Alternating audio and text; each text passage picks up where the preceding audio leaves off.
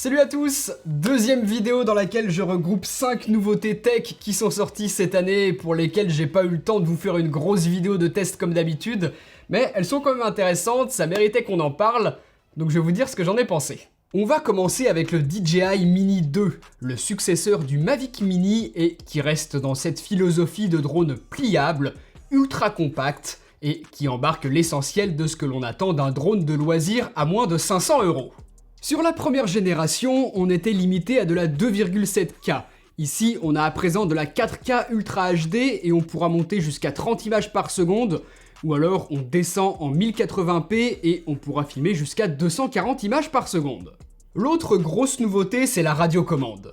Elle est bien plus grosse que la première génération, mais c'est pour la bonne cause. Le smartphone se met à présent sur le dessus, sur un support qui se déplie, l'autonomie de la RC est meilleure, mais surtout, le système de transmission de la vidéo est différent. Jusqu'à présent, sur les drones DJI entrée de gamme, le retour vidéo donc que filme la caméra du drone jusqu'à ce qui est affiché sur notre smartphone sur la radiocommande, c'était fait via une liaison Wi-Fi, ce qui veut dire que c'était vraiment pas très stable et que très souvent ça nous arrivait de perdre le retour vidéo, même lorsque le drone était encore à vue, pas très loin, et c'était vraiment embêtant pour le pilotage. C'était très frustrant, ça gâchait complètement l'expérience de vol dans certains cas, et moi c'était le plus gros reproche que je faisais dans mes tests lorsque je vous parlais de ça. Là, sur ce Mini 2, c'est une nouvelle liaison, ce n'est plus du Wi-Fi que l'on a entre le drone et la radiocommande pour le retour vidéo et les contrôles, c'est un système radio.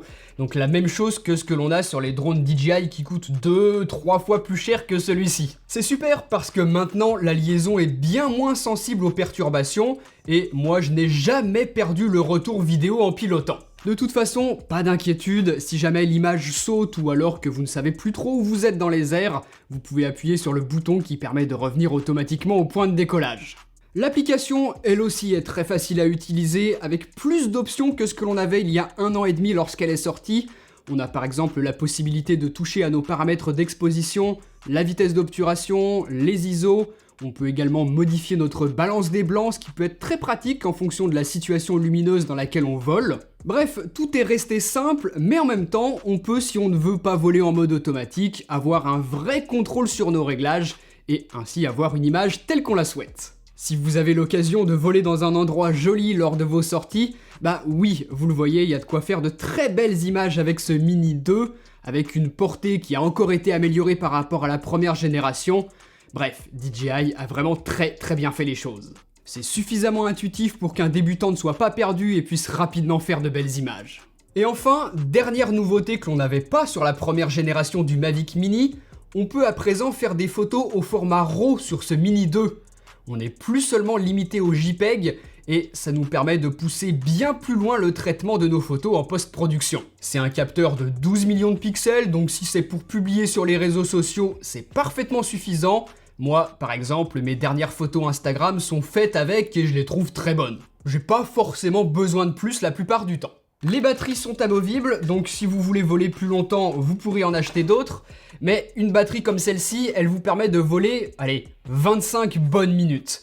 Et je vous assure que déjà 25 minutes dans les airs, vous avez largement le temps de faire plein de photos et plein de vidéos, sachant que si c'est pas suffisant, vous avez la possibilité, une fois que la batterie est dans le drone, de le recharger avec une batterie externe. On a un port USB type C à l'arrière pour ça, et c'est très pratique si vous êtes en déplacement, en randonnée par exemple.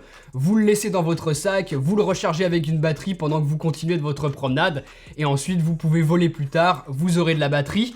Donc avec toutes ces améliorations qu'on n'avait pas sur la première génération, le nouveau capteur, la 4K, les photos en RAW et tout ce que je vous ai expliqué, la nouvelle liaison sur la radiocommande également bien sûr, DJI a comblé tous les défauts de la première génération et a fait un drone qui est vraiment excellent pour tous ceux qui ont un budget réduit et qui volent tout au long de l'année de manière plutôt occasionnelle, pendant des voyages, des vacances ou des sorties le week-end. Il faudra juste faire attention à éviter les jours où il y a trop de vent, parce que là, à 250 grammes, il reste tout léger ce Mini 2, même si les moteurs sont quand même sacrément puissants et qu'ils compensent très bien. Ce poids plume, c'est un bon compromis, le format minuscule garde l'avantage de pouvoir permettre d'emporter le drone partout avec soi et de ne pas trop alourdir son sac lorsqu'on est en sortie. Il va simplement lui manquer deux choses que l'on retrouvera sur les drones plus chers chez DJI.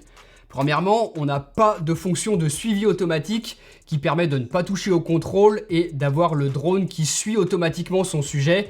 Donc soit par exemple quelqu'un qui se déplace, qui fait du sport, ou un véhicule par exemple. On ne l'a pas parce que sur ce modèle-là, DJI n'a pas mis de détecteur d'obstacles. Il faudra donc rester prudent, et même moi qui vole depuis des années, je me suis quand même laissé surprendre et j'ai failli le cracher dans des petites branches d'arbres. Le drone les a pris en plein de face. Donc j'ai eu de la chance, il n'a rien eu du tout, rien à la caméra, même pas une petite hélice pétée. Donc c'est pour vous dire que si ça a un peu l'apparence d'un jouet, pas du tout, hein, c'est quand même du costaud, et il y a quoi de faire de sacrées belles images avec, que ce soit en photo et en vidéo. Et très honnêtement, si vous n'avez pas plus de 500 € à mettre dans un drone, partez sur celui-ci, vous allez vous éclater avec, il est génial. Il n'y a pas forcément besoin de mettre plus cher là-dedans. Comme tout ce dont je vais vous parler dans cette vidéo, vous avez des liens juste en dessous en description de la vidéo si vous voulez l'acheter tout en soutenant la chaîne. Nettement moins cher, le deuxième produit de cette sélection que je peux vous conseiller, c'est le nouveau HomePod Mini d'Apple, leur enceinte Bluetooth et assistant vocal qui est une version light du gros HomePod que l'on connaît bien. À 99 €, je le trouve super intéressant, parce que c'est pas si courant que ça chez Apple que le prix soit pas abusé. Là, on en a clairement pour son argent, il y a de quoi bien s'équiper sans trop se ruiner, à condition qu'on soit dans l'écosystème Apple bien évidemment, parce que si c'est pas votre cas, ne l'envisagez même pas. Mais sinon, c'est un super produit, vous allez vite le comprendre. Ce HomePod mini, il existe soit en noir, soit en blanc. Et le design est super discret, c'est vraiment une petite boule qui se fond parfaitement dans n'importe quel intérieur. Le revêtement en tissu est sobre et agréable au toucher, et sur le dessus, on a une lumière qui va nous indiquer lorsque Siri, l'assistant vocal, est en train de communiquer avec nous par exemple, et on y trouve également les boutons plus et moins pour ajuster le volume. Avec les commandes vocales, vous allez pouvoir piloter les objets connectés que vous avez chez vous, par exemple vos lumières connectées. Vous pourrez aussi programmer des rappels, des événements dans votre calendrier, avoir des informations météorologiques et lui poser toutes sortes de questions. Bref, ce que l'on fait tous avec nos assistants vocaux. Mais par contre, oui, Siri est toujours un petit peu bête. Il n'est pas encore au niveau, en tout cas en français, de ce que sont capables de faire Google Home et Amazon Alexa. C'est le désavantage d'un écosystème qui protège mieux votre vie privée et qui ne sait pas tout de votre vie, il apprend logiquement plus lentement. Moi ça me gêne pas, au contraire même, j'ai bien moins de réticence à mettre une enceinte comme celle-ci chez moi plutôt qu'une autre qui enregistre constamment tout ce que je fais, qui apprend énormément de moi et qu'on ne sait pas trop ce que ça devient ensuite. C'est une question de choix, moi j'ai plutôt tendance à faire confiance à Apple pour le respect de ma vie privée. Côté musique, Apple n'a pas fait la bêtise de nous limiter uniquement à Apple Music, ça fonctionne avec tous les services de streaming, moi j'utilise Spotify et ça marche parfaitement. Pour envoyer de la musique dessus, deux solutions. Soit vous allez dans les options de diffusion sur votre iPhone et vous choisissez le HomePod mini comme destination pour votre musique, soit, regardez, je vais lancer une musique sur mon iPhone, je l'approche du HomePod mini, et voilà, c'est lui qui a récupéré le son et je peux le remettre sur mon iPhone en le réapprochant à nouveau. Voilà, c'est revenu sur l'iPhone. Totalement dans l'esprit Apple ce genre de truc, c'est intuitif, très cool à utiliser. Et puis pour ceux qui auront reconnu le son que j'ai lancé, bravo à vous. Très cool donc comme petite enceinte, le format boule fait que le son est diffusé à 360 degrés et que la qualité est vraiment bonne pour une enceinte aussi petite. Pour votre chambre, un bureau, la cuisine, c'est parfaitement suffisant. L'équilibre du son est très convaincant et même en mettant le volume très haut, ça ne sature pas, là où beaucoup d'enceintes de cette taille ont vraiment du mal. Par contre, d'autres enceintes de cette taille et à peu près dans cet ordre de prix vont avoir une batterie intégrée à l'intérieur pour qu'on puisse la déplacer de pièce en pièce. Et certaines vont même avoir une résistance à l'eau, ce qui permet de l'emporter avec soi dans la salle de bain par exemple pour écouter de la musique lorsqu'on est dans la douche. Là, non, rien de tout ça sur ce HomePod mini, il faudra constamment qu'il soit branché au secteur, et d'ailleurs le fil est solidaire. Il faudra donc y faire attention, puisque si vous l'abîmez, c'est fini. Vous ne pourrez pas en mettre un autre et vous n'avez plus qu'à mettre votre HomePod mini à la poubelle. Sinon, ça reste du Apple. L'installation est hyper simple, ça marche du premier coup, et si vous en utilisez deux pour avoir un son stéréo, les HomePod mini sont capables, en envoyant une onde, de savoir où se trouve le deuxième, et donc d'améliorer l'expérience audio que l'on aura avec. Donc franchement, niveau expérience utilisateur, c'est le top. On peut faire confiance à Apple là-dessus. Bref, voilà pour tout ce que je pouvais vous en dire. Si vous êtes dans l'écosystème Apple et que vous avez besoin ou envie de ce genre de produit, bah franchement, foncez. C'est une belle réussite à un tarif plutôt abordable pour du Apple. Et justement, si vous avez un iPhone, je vous parle souvent de Rhino Shield qui propose des écrans de protection et d'autres accessoires. C'est bien pratique et on en a presque tous besoin. Mais franchement, un écran de protection comme idée de cadeau, c'est pas ce qu'il y a de plus sexy, on va pas se mentir. Ce que je trouve bien plus pertinent, c'est de vous faire une coque personnalisée, comme celle que j'ai ici. Les images au dos, ce sont des photos que j'ai faites moi-même, et le rendu est vraiment cool. C'est pas une banale impression comme on peut le voir avec d'autres sites.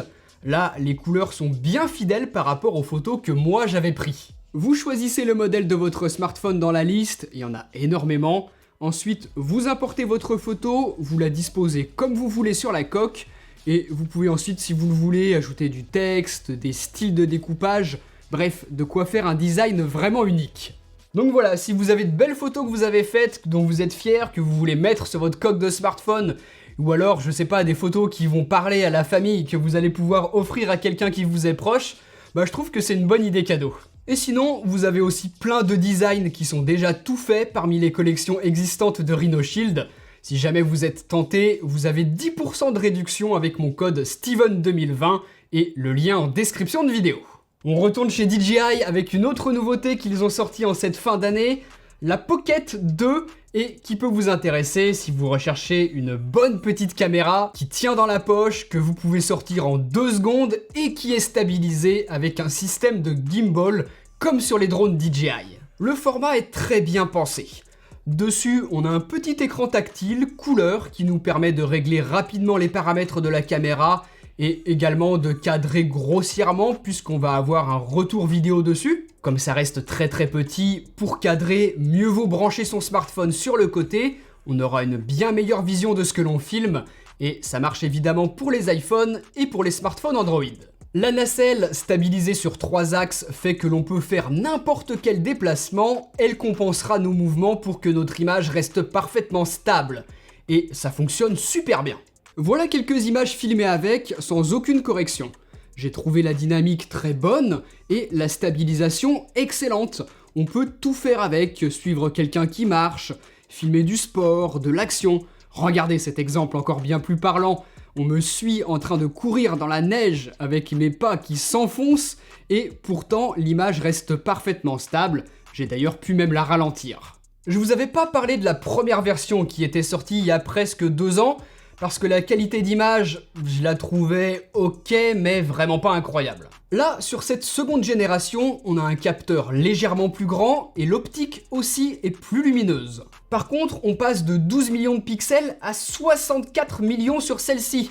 Donc si ça permet d'avoir des photos très définies et donc la possibilité de zoomer fortement à l'intérieur pour recadrer ce que l'on aura photographié, les photosites sont par contre beaucoup plus petits, ils captent moins de lumière et dans des conditions difficiles, ce ne sera pas des caméras qui seront à leur avantage.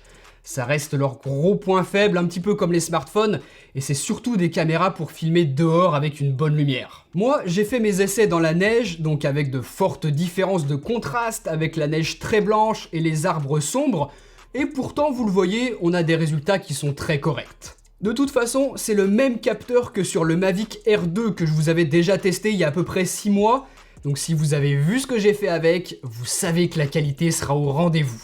En pleine journée, avec une bonne lumière, si vous voulez vous rapporter de belles vidéos souvenirs de vos sorties le week-end, d'événements en famille, ou même juste faire de la belle vidéo pour le plaisir, vous aurez de quoi bien vous amuser avec cette Pocket 2. Via l'application, je vais par exemple pouvoir facilement changer la définition et le framerate. Vous voyez qu'on peut monter jusqu'en 4K Ultra HD à 60 images par seconde. Et si j'active les paramètres avancés, j'ai d'autres options comme par exemple ici la balance des blancs. Je vais donc pouvoir régler finement ma température de couleur parce que si on laisse ce paramètre par défaut, c'est pas toujours très exact. Je peux également afficher des lignes de composition, vous le voyez. J'ai également un histogramme qui peut m'aider à savoir si mon image est sous-exposée ou au contraire surexposée. Et si je ne veux pas être en mode automatique justement pour l'exposition, j'ai ici accès aux paramètres. Je vais avoir ma vitesse, le shutter, j'ai aussi mes ISO, donc vraiment un contrôle total sur tous les paramètres de notre image pour qu'on puisse faire les plus belles possibles. On a aussi un mode timelapse, un mode hyperlapse, plein d'autres choses, la possibilité de faire des ralentis jusqu'à 240 images par seconde en Full HD, donc beaucoup de possibilités créatives. Et enfin, on a une fonction de tracking. Vous le voyez, ça permet de garder son sujet bien au centre, la caméra va se déplacer pour suivre les mouvements, ce qui peut être intéressant si vous filmez de l'action, un animal ou un véhicule qui se déplace, etc. Vous avez compris le principe. Ça fonctionne très bien. Sur cette seconde génération, DJI a aussi amélioré la captation du son puisqu'on a des micros partout tout autour, devant, derrière et sur les côtés, et ce qui permet de pas forcément avoir besoin d'utiliser un autre micro. Voilà la qualité que l'on a lorsqu'on enregistre du son directement avec les micros sur la Pocket 2. Donc là, il n'y a pas de vent autour de moi, mais je pense que vous entendez tout de même mes pas dans la neige et distinctement ma voix. Donc pour une utilisation en vlogging, ça peut faire l'affaire, sachant que si vous voulez un meilleur son, vous avez toujours la possibilité de brancher un autre micro. Elle coûte 369 €, donc si vous n'avez pas déjà un smartphone très haut de gamme qui fait de belles images et qui tient dans votre poche, eh ben elle peut vous intéresser. Elle est top. Ensuite, je voulais vraiment vous parler de ce produit vraiment atypique. Ça s'appelle Bassme, c'est fait par une société française. On le porte sur soi et le but, ça va être de se servir de notre corps comme d'une caisse de résonance. On l'enfile comme ça, en quelques secondes, ça se place sur le thorax. Ensuite, on connecte notre smartphone en Bluetooth, on se connecte également avec un casque, et on ne va pas ressentir la musique uniquement dans nos oreilles, mais également dans tout notre corps. On ressent les graves, les basses directement sur nous. C'est pas simple à expliquer, il faut vraiment l'expérimenter pour bien le comprendre, mais là je ressens toutes les basses dans mon corps. Alors, pour la musique, moi honnêtement, je suis pas extrêmement fan, c'est pas de cette manière-là que j'aime écouter de la musique, mais heureusement, c'est pas la seule utilisation que l'on peut en faire. Dessus, on a une entrée jack 3.5, donc on va pouvoir le connecter à notre console de jeu. Moi, c'est ce que j'ai fait, et là, oui. Là, je trouve que ça devient vraiment intéressant, ça en tire tout le potentiel, puisque dans les jeux où il y a par exemple des coups de feu, des collisions, ce genre de trucs, eh bien on ressent tout ça dans notre corps et ça renforce l'immersion. Ça m'a même vraiment surpris par moments, parce que si vous êtes dans un jeu où c'est par exemple plutôt calme, et que tout d'un coup ça se met à tirer dans tous les sens, ouais, ça balance. Encore une fois, je sais que c'est compliqué pour vous derrière votre écran d'imaginer ce que j'ai pu ressentir avec, et je pense pas qu'on puisse le trouver dans des Fnac, Darty, Boulanger, ce genre de trucs pour essayer. En tout cas, croyez-moi, pour de la musique, comme je vous le disais, je suis pas extrêmement fan.